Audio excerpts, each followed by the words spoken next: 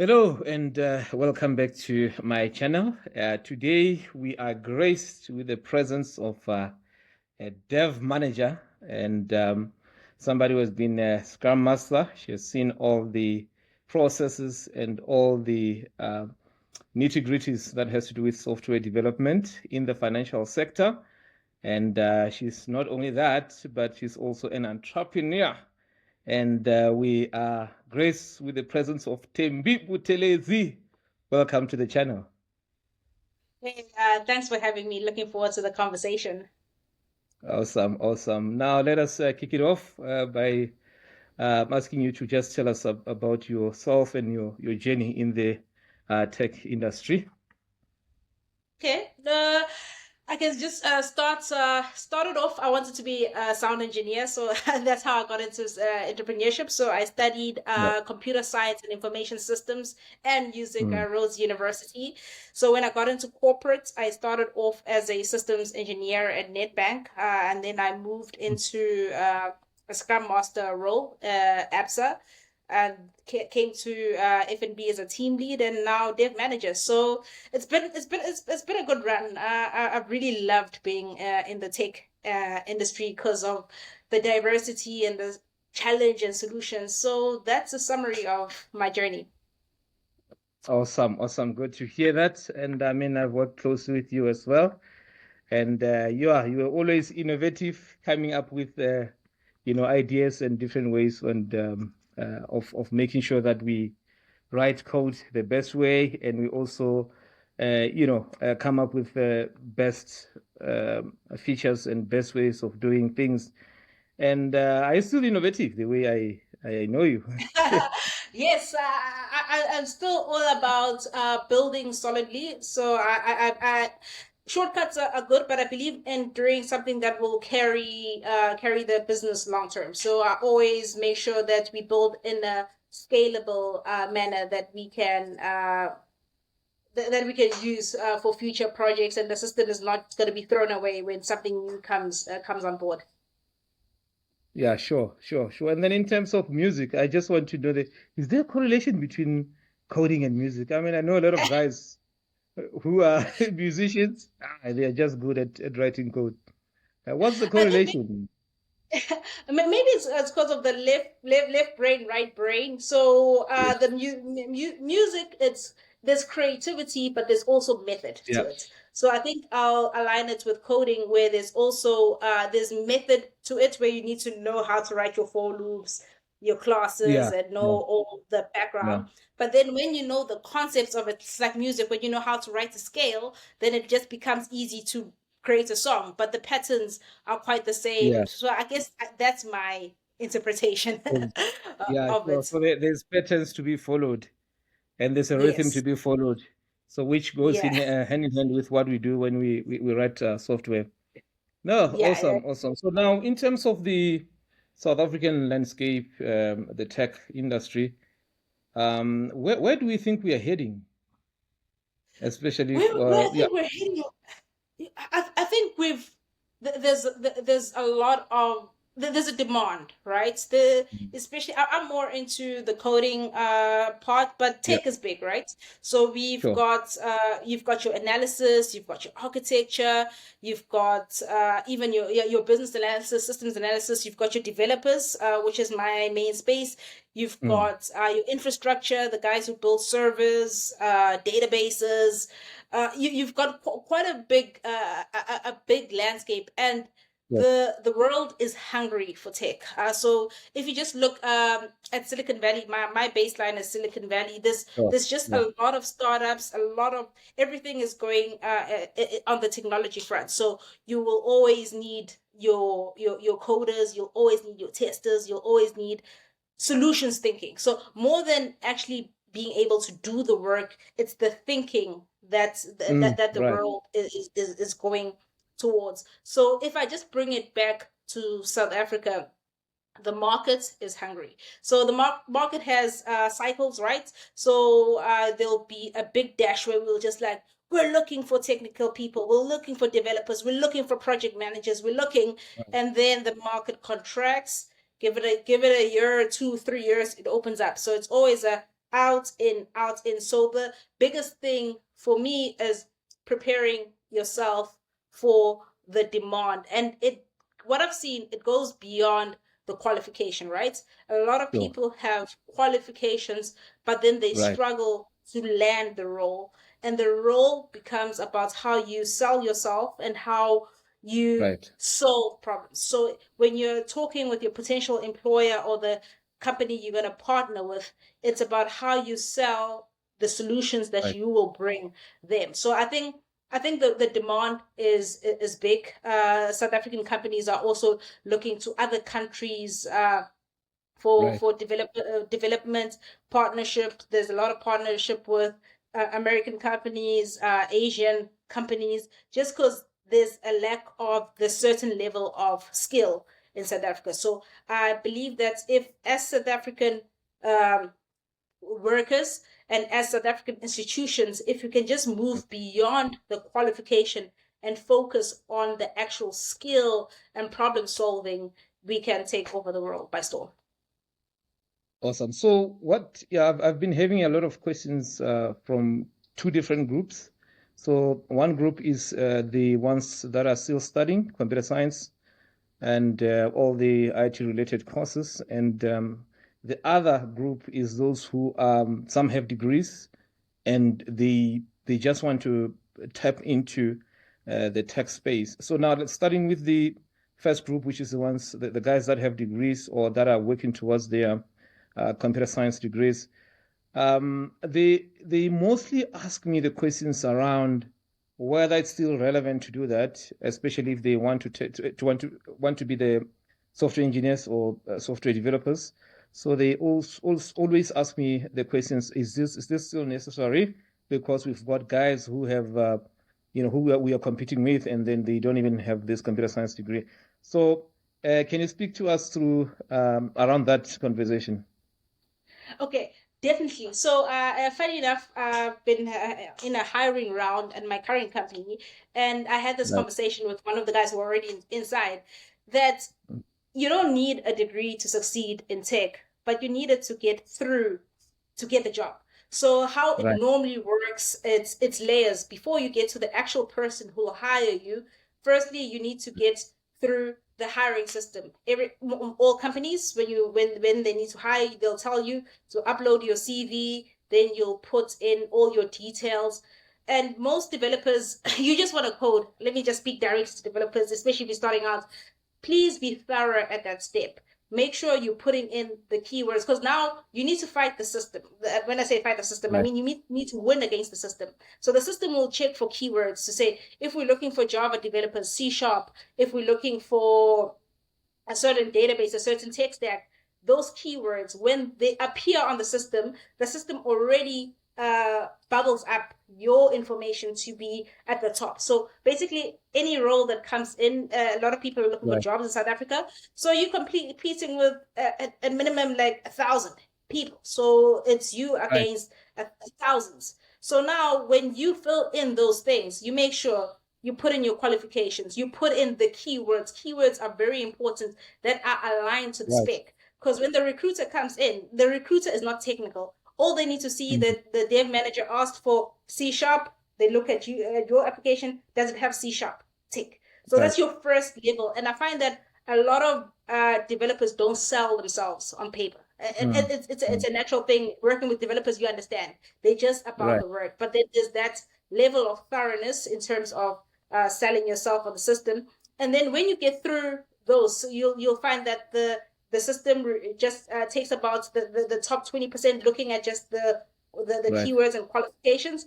And then after that, then a non-technical HR person now looks at the specs, looks at your CVs and says, Mm. no, this looks good. You've been doing at your certain job, this person has experience doing ABC. So now you Right. still look going through a non-technical person. Now they're looking at your CV. And I've seen something very interesting. The good Mm. guys are not good. I don't have good CVs. It's just a trend. So I'm glad we're having Okay. this conversation. The good guys don't Sure. have good CVs. And the guys who talk a lot and are Mm. good at selling themselves are generally not that good at writing code. So this is my motivation to the good guys to say, please, focus. There's a lot of systems. There are a lot of free systems that will help you fix your CV. Mm. But also, if it means pay somebody that 500 rand, that 1,000 rand to help you get through the system and also help you get through the the HR person, and then you'll Mm. get to meet the hiring manager, and that's when you will sell yourself in terms of your knowledge and solutions. So I think that, just to summarize back to the question, is the Right. guys who are looking to get in. I think the biggest thing is landing that interview, and you'll land it through the strength of your CV, and then the strength of how you present your solutions and being actually Right. able to present the solution. So I think that that's the guys who are already in the game. So the guys that are starting out, it's also it's the same Yeah. line. But what I've seen help, because I've also hired some guys who were fresh out of Right. university, and when you have a good a good account with some code and Yes. some cool Yes. projects that you've been working on, Yeah. out of your own motivation, without, like, it's not like school projects where we can see, Right. oh, this is what you've done. Then whenever I see a CV with Git, I'm like, oh, interesting. Let's Mm. see. Then I click in, I go see what's in Git. So this is when I'm saying that you're competing against 1,000 people. So you need those things that are going Right. to elevate you. So is a degree still relevant? Yes, it's relevant because you are competing against 1,000 people. You'll only get to meet the hiring manager who will get to like you after you went through the system. Awesome. Awesome. Awesome answer. And then now let's speak to the other guys now, the ones who are they have degrees but in other fields, and some don't actually have degrees, but they have the passion to actually learn. And in most cases, they try to do to have some GitHub projects like you were alluding to, and then yeah. So, but the problem is that they say they don't get you know get that step in the door for an interview. Can we kindly speak to that? Okay, so that's going to be it is challenging because especially when people are looking for experience, it is Mm. going to be a challenge where we're just like, okay, we're seeing accounting, and then Right. we're thinking, how will an accountant Mm. code? So that's why it's important Mm. that first step still resonates, where you get a certificate, get some sort of certification to say Right. that you've done ABC, and then position your projects, whatever Git projects that you've worked on, position them on the CV, and then also then show project experience and value you've given on other projects. So let's say you've got some experience. Let's say you started off in finance, to say, hey, I've been in finance. Now I'm moving to coding. I've been working as a financial assistant. This is what I've done on the project side. This is the value of the projects I've helped deliver. This is my role. But most importantly, if the spec says SQL, get your Right. SQL certification. Even if you don't have the certification in your thing, let it show something with SQL. Because when the people are reading, because when the people get to know you, all you're trying to win the interview. So you need Right. to tell the company what they need to know to give you that opportunity to interview. So yes, get your short courses. There are some good things on Udemy. There's some good things on LinkedIn. So get the certificates. But the key thing is job specification wants ABC. Put in Right. your ABC, and make sure it correlates, and then shoot your shot. Sometimes the job spec will want amazing things, and you only have one item. Sometimes Right. it just helps to fire it off, because as I said, you're always competing with many people, and you never know when it would be your day where the recruiter would be like, hey, let's give David a shot, compared to Sure. these thousands. Yeah, he may not be the best Mm. candidate, but let's just have a conversation, and when you get that conversation, you may win. So the key things is when you want to transition, make sure that the keywords that are on the spec, you understand what's on the spec, you prepare for what's on the spec, and then just keep firing it off. Even if the spec is higher, fire it off. You may never know what opportunities or what doors may open just because you knocked. Awesome, awesome. And then now there are those um, who say that they only have 2 years of experience. Some don't even have that experience. So, and they are complaining that it's like the system doesn't really cater for them anymore, as it used to in the previous years.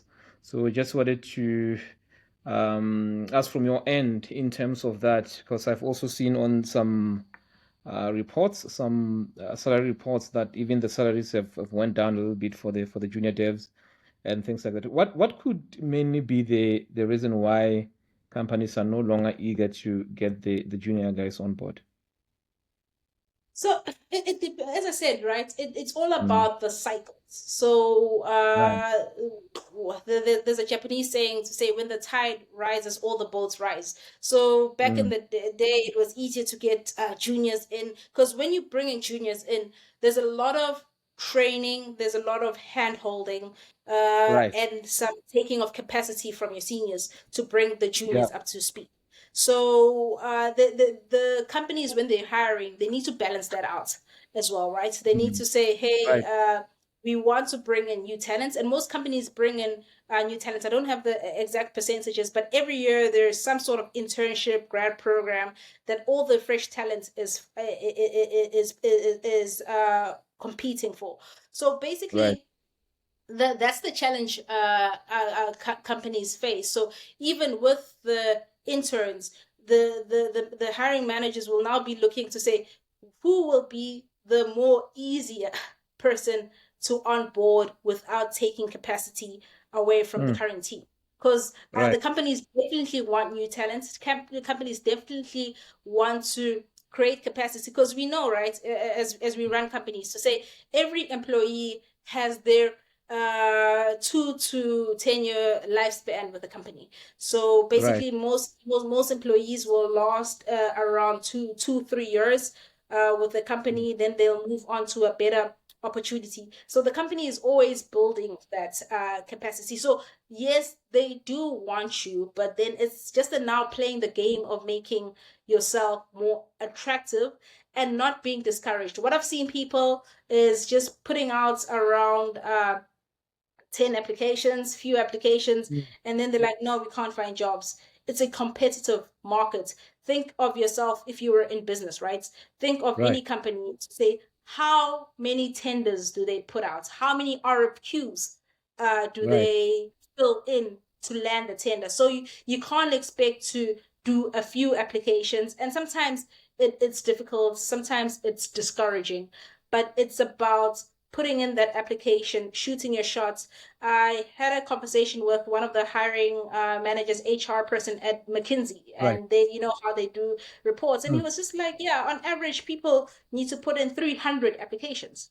It's Sure. it's it's a very big number. It's a disheartening number, but you Right. need to do what you need to do to get the ear of the right person. But I can totally guarantee everybody that the companies are looking, and it's just a yeah. Yeah, so that's why I was saying that it's very important that you've got your Git, because that Git is showing initiative. It's already telling that hiring team that, hey, this person we can work with, and even showing Right. your past leadership, even if it's not tech related, to say, hey, when I was part of the syndicate group, this is how I contributed to the group. This is how Right. I lead. Because we are looking for new talent, but we understand that new talent is expensive. Even if it's not financial expense, it's also Right. expensive time wise. So if you already positioning yourself to say, hey, I can hit the ground running with this team, then you stand a better chance. But yeah, keep applying until somebody gives you the ear. Awesome, awesome. Then what about there's this other group as well from the groups, that the guys who are coming from this boot camps where Oh they yes. just fast track them into the IT space. So How are those guys doing in generally speaking? In general, it's different, but I'll share Hmm. my view. Am I allowed to name names? No. Okay, yeah, no, you can name, and then we can hear it. I'll just name We Think Code as one of Right, the guys who supply us with people. We've had some right, great some great candidates from there, and the guys are flying. So those right. what I like about those boot camps is that they teach. It's not like a general theory thing. It's more Mm, about what the company is looking for, and we find a lot of good candidates, fresh talent. And as I said, what right, sets them apart is that when we throw them in the deep end, they swim, they ask questions, and they show initiative. But what I've found, right, especially with right. interns and not in general, Mm, you get two camps. You get the right, guys who are like, let's go. I'm hungry. I'm scared, but I'll put up my hand to help. I'll put up my hand. And right. those are the guys who get assimilated into the company or into the team faster because the seniors just like, oh yeah, I can work with. Because seniors love Yeah, helping. People love being right. helpful and yeah, more like I'm helping somebody. But then there's the Mm, other group who's just like, I'm shy. I don't know what to do. yeah. I'm new. And then Mm, it becomes the tension of when it's time to bring a new talent again, the seniors are just like, you're gonna bring us these guys who are gonna slow us down. So I've mm, seen so to answer the question, I've had some very great experience with fresh talent right, from boot camps, not just We Think Code, other companies as well. I've had some good stuff, but I've also seen the challenges that that other companies face or other people face, be like, I don't want to deal with people who want to be right. babied. And sometimes Sure, everybody knows sure. that if somebody's new, we're gonna have to baby them for like 6 months to Right, a year. But sometimes it's like, hey, some people you're just like and it's going on like a full year now. When we give you an instruction, we need to tell you to do this. Oh, and firstly, before you do that, you need to think about all these other things. So I think that for me right, is a challenge to everybody watching to say, in any sphere you're working on, be solutions driven and right.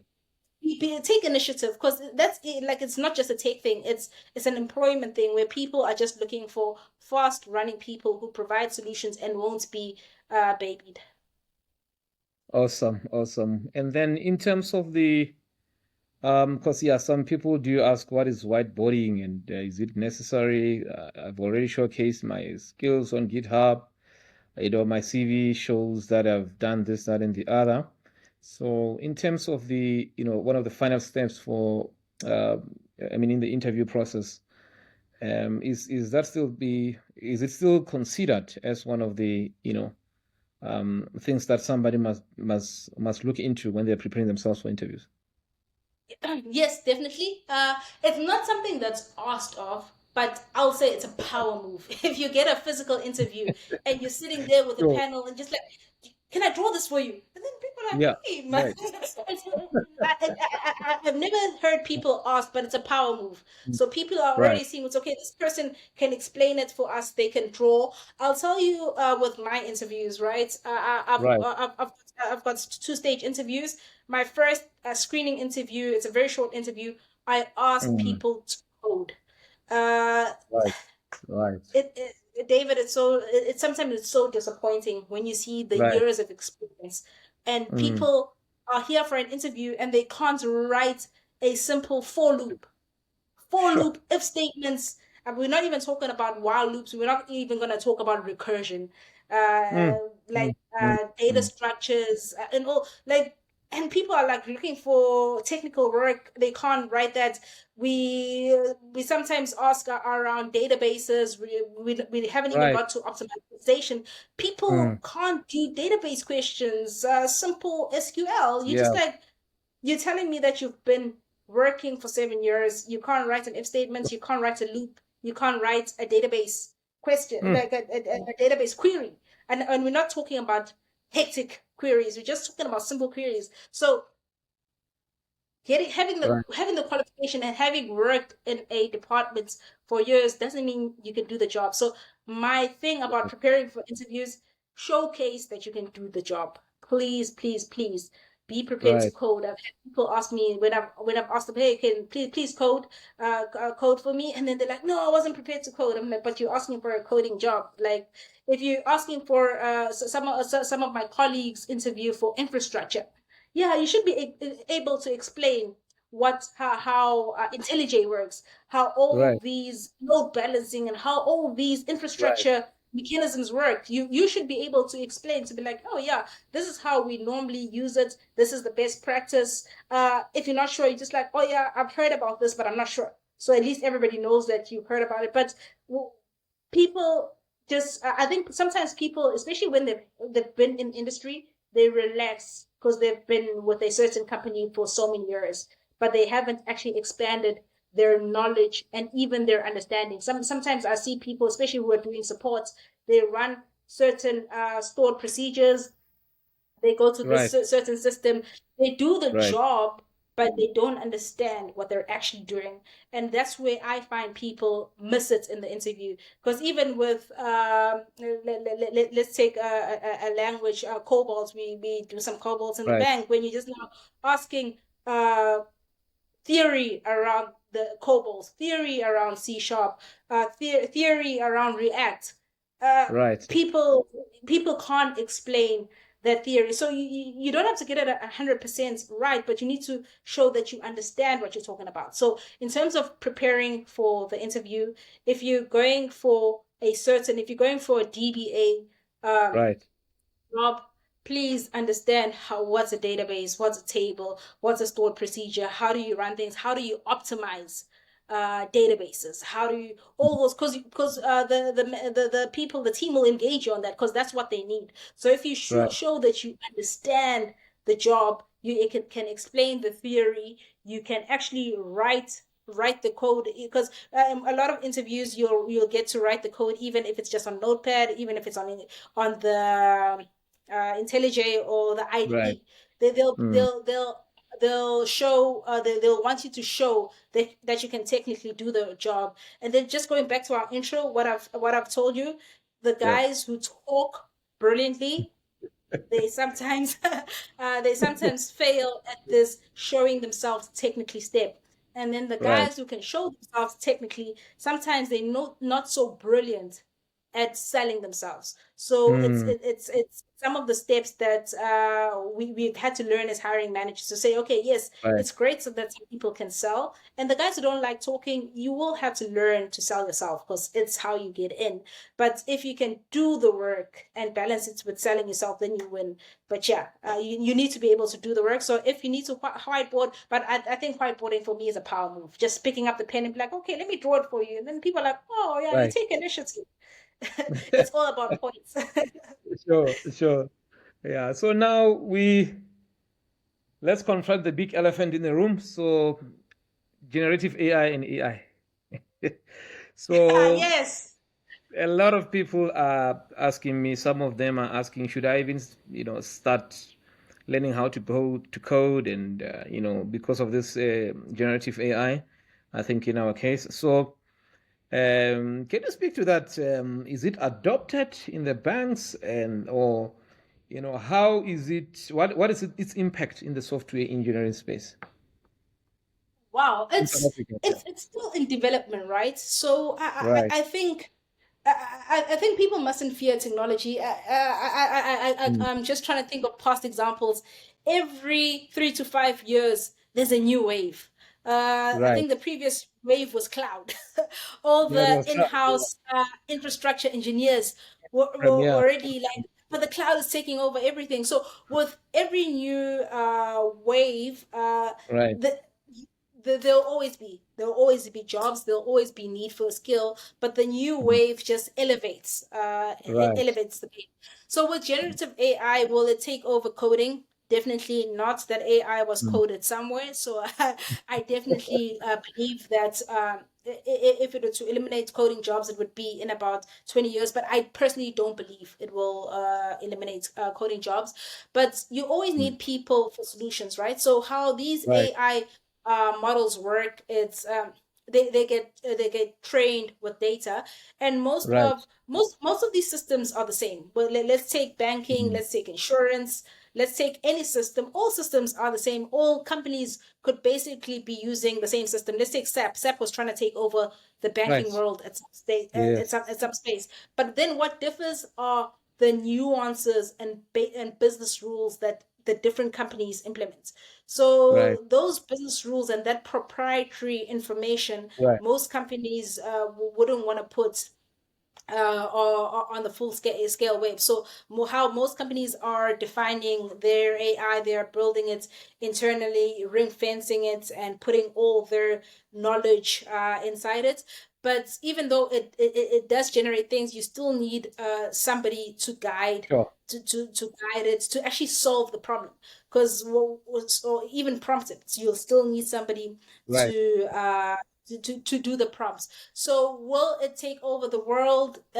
Maybe in the long future, but in the in the current future, and now to 20 years, there's still leg room in the game to come in. But that's where it comes in, where you need to understand what you're doing and you can actually solve the business problems. Because well, another thing that companies have, they have Right. multiple systems. A module doing this, a module doing that, and then this is where the technical systems analysts, the testers, will be ensuring that the integration is going is happening. So Yeah. Sure. I do think it's good to learn it. Some of my devs, how they use it is Yeah. with the internal co-pilots. They'll throw Right. in some code to be like, hey, what's the better way of doing this?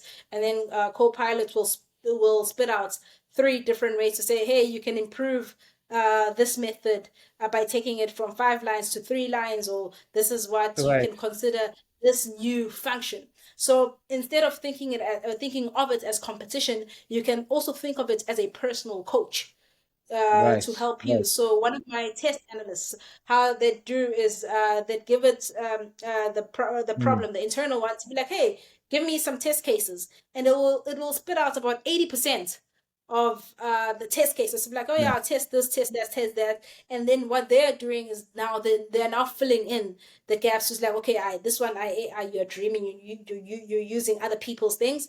This is Mm. irrelevant. They scratch it out, but at least they've got Right. about 60 to 80% of the core things that everybody would have dreamt of or thought of, and now they're filling in the other Right.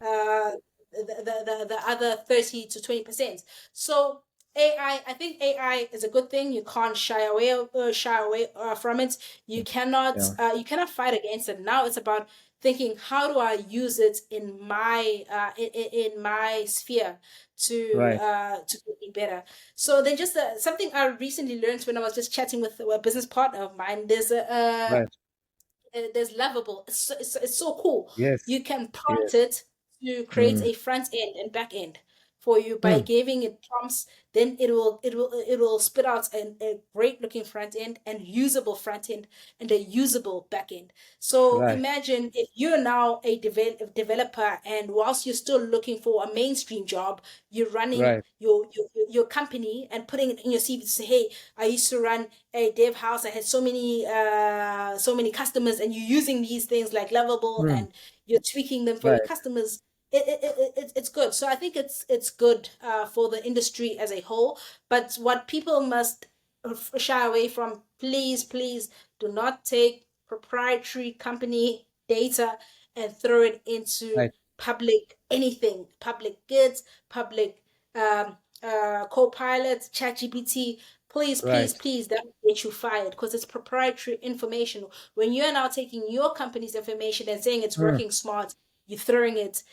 Even there's another Stack Overflow. People love putting things Right. just like, please don't Yeah. put proprietary. We've had cases where people Mm. have been found to put in sensitive data. Just it must be a personal coach, but use it within the confines of your country of your company. Do not Right. put proprietary information on public or in the public domain. All right. Awesome. Awesome. So in terms of the just when you just on that point, regulations, how far are we in terms of that, in terms of its adoption? Because I mean, for the financial sector, we know that it's highly regulated. and as you have been already alluding to. So how far are we in terms of the its adoption and its acceptance, especially in the financial sector? So regulation, okay, acceptance. I've seen a big shift within the Yeah. past 2 years in terms of the acceptance, because I've seen some Right. internal committees are being chatting with other industry peers. You can tell Right. that companies are embracing it. They're asking the Mm. question to say, how do we use these AI tools to get Right. more while still protecting our business? So in terms of adoption, that's coming in Mm. thick and fast. You can't run away from it. In terms of regulation, it becomes very challenging to regulate AI. So I know Right.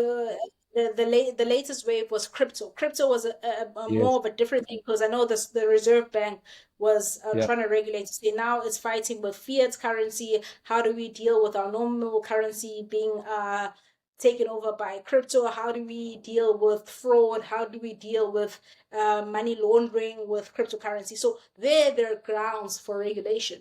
So with Right. AI, what do you regulate? The Yeah. biggest thing you can regulate with AI, it's ethics. So we've Right. seen some of the calls internationally around the ethics of AI. How do we Mm. ensure that robots don't take over the world? But that's at a Right. bigger scale. So small stream regulation, it just becomes of how do you keep your data safe in Yes. this Yes.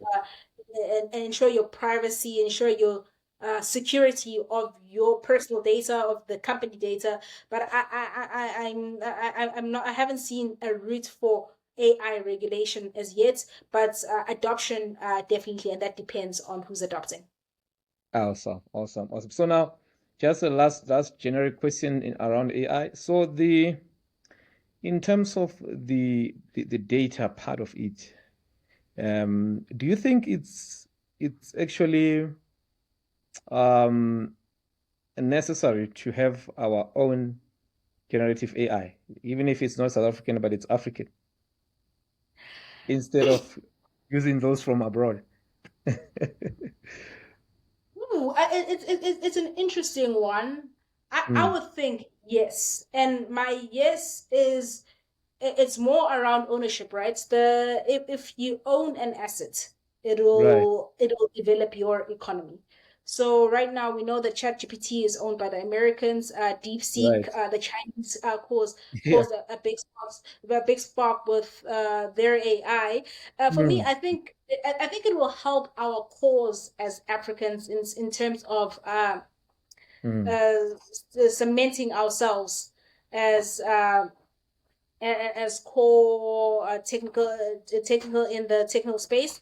So in Yeah. terms of sorry, so in terms of just cementing Mm. ourselves in the technical space as Africans, so for me it's more about the economy. Is it necessary? Mm. I think not, but I think it would be a very good thing for us as Yeah. Africans. So the same Sure. way as WhatsApp was taking over the world, the Chinese decided to have Right. their own chat platform. How the Chinese are Mm. also just cementing their sovereignty. So I do Right. think that for us as Africans, it will help us cement our sovereignty. So I do think even though the things are Mm. already there, building our own cements our sovereignty. Awesome. No, awesome. So now in terms of the going back to the tech space, the developers, do you think we are going to change the way we conduct interviews in the sense that are we going to ask people to like write some prompts so we can see how they write prompts and things like that? Is it gonna change? It's difficult, right? Because what we've Mm. seen as well is there also interview software that's helping people during interviews, because most of the interviews are conducted Right. online. So some people are using prompts during their interview to answer interview questions. So Mm. I think that's a that is a bit dangerous, because Ah, you're actually trying to interview yourself. I don't think it's ethical when you're running an yeah, it's interview and it's like cheating in an right, exam. So I don't think right. that's right. So will it change? It's it. I'm yet to be convinced because Sure. there are calls to say, hey, we actually want to meet the people doing the work, but I think it's still going to remain standard. You're going to meet somebody either physically or virtually. You're going to have a conversation. They're going to see if they can work with a person like yourself, and Right. then you're going to do some sort of technical test. So I think Okay. the standard procedure is going to be the same, and then it's just the level of questioning Right. that's gonna It's gonna that be may different. change. Okay, awesome. And then, yeah, in terms of yourself, what are the challenges that you faced in the tech industry? So in terms of the challenges, I think in the tech, it depends on your personality, right? So most techies love to do the technical work. They're more logical in their thinking, one and zero. And in the technical Right. space, I think my challenge has been growing my leadership and growing my people Right. my people skills and my stakeholder engagements. And I see a lot Right. of people, technical people, they just like be like databases up. How do I do this? They're in their little corner working, and that engagements with other stakeholders, that's where the gap is. So for me, it also has required some work to say, hey, it's not just about knowing the work, doing the work, delivering, but you must be able to show stakeholders that, hey, we're on track, keeping people calm, showing what Right. I'm doing personally. So that's been a big learning curve of mine, where I'm Right. just like, oh yeah, my work will speak for itself. Whereas you get other people who just talk in meetings and they're selling themselves, you do way Mm. better and you do more, but they get promoted faster because I'm not selling myself. So it's been Right. a learning for me. So the people and stakeholder engagements where you just like, okay, guys, trust that I'm doing my job, but I've also had to say, okay, I need to keep my stakeholders engaged, give reports before I'm asked, but hey guys, this is where we're at. Just Right. feel comfortable. I'm on this. So I think for me, it's just been the stakeholder engagements and people management that's been a challenge for me, which I've risen to, and I see that a lot of technical people need to get over that as well, to get through that, to say Yeah. it's not enough to be in your little corner doing your work in Mm. meetings. Speak up, show that there must be a difference whether you're there or not. So and most Yeah. technical people, don't get me wrong, are good, but they don't want to solidify or work on this people and stakeholder management, and therefore they get relegated. And then not so good technical people who do these stakeholder engagements, they get promoted faster because that's where the Mm. stakeholders are the ones who promote you. And if they're not comfortable Right. with you, that's where people lose out. So it's been a growth Mm. point of mine as well. Okay, just before we wrap up, so I think let's just speak a little bit about the business side of things, and then from there we just wrap up. I think we're still gonna have you back, man, for part two, where we just going to fully delve into the business side of things. So now, in terms of the people in the tech, how can we use the skills to be more entrepreneurial, even if it's a side thing that somebody's doing on the side, just to get a little bit of some sense. Yeah, so I think the opportunities are there, right? Right. In like, let's say every second or third dinner conversation, Bri, just like, yo, I've got an app idea. So when Yeah. somebody is saying, I've got an app idea, it Yeah. means that they need somebody who's going to assist them in delivering, Mm, mm, that app. So it depends, right? Some people need core simple things, right? Starter pack is websites.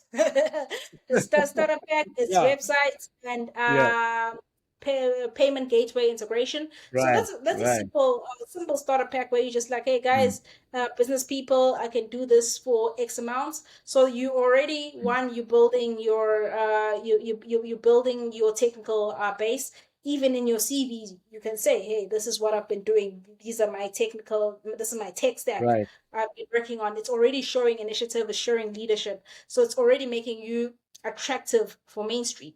So besides the money you're making from the job, you're already looking very attractive. And we can say, okay, you've been working with your own clients. That means you've got some project management. You know the heat of fighting with the clients when things are not delivered on Yeah. time, or you thought they wanted something white, but they said gray, and now you guys Yeah. see it's already putting you in good stead. So I think the opportunity is there, and there are the normal international platforms where people are normally looking, like your Fiverr, your Elance. I think they changed their name recently, so a lot of people look for freelancers there.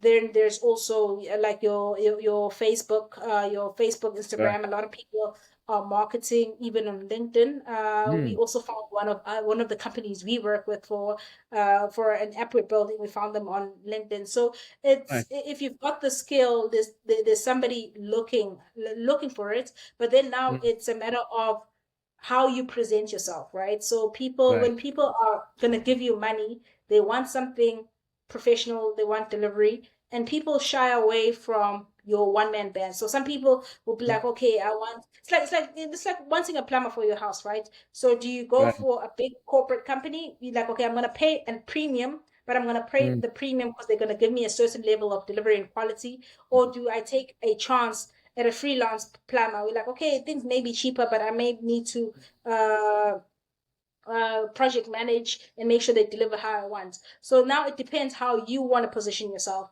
You want to position yourself as a premium or like a company, then you get your branding, your company branding. And when it comes to software, a lot of people love that type of stuff. It's like, okay, I'm working with X company.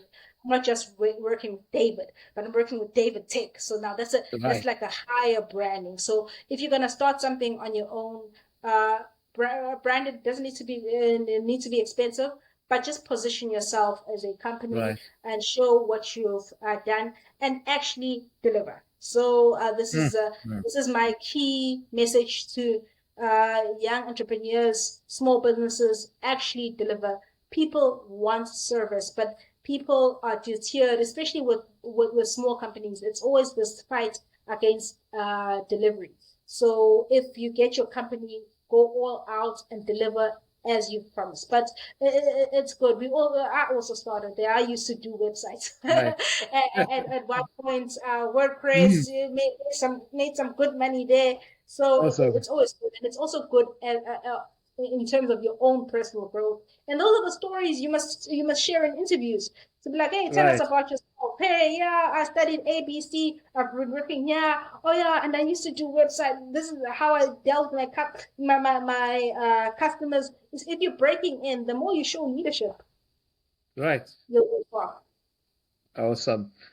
Yeah. Any closing words and encouragement to the broader community out there? Yeah.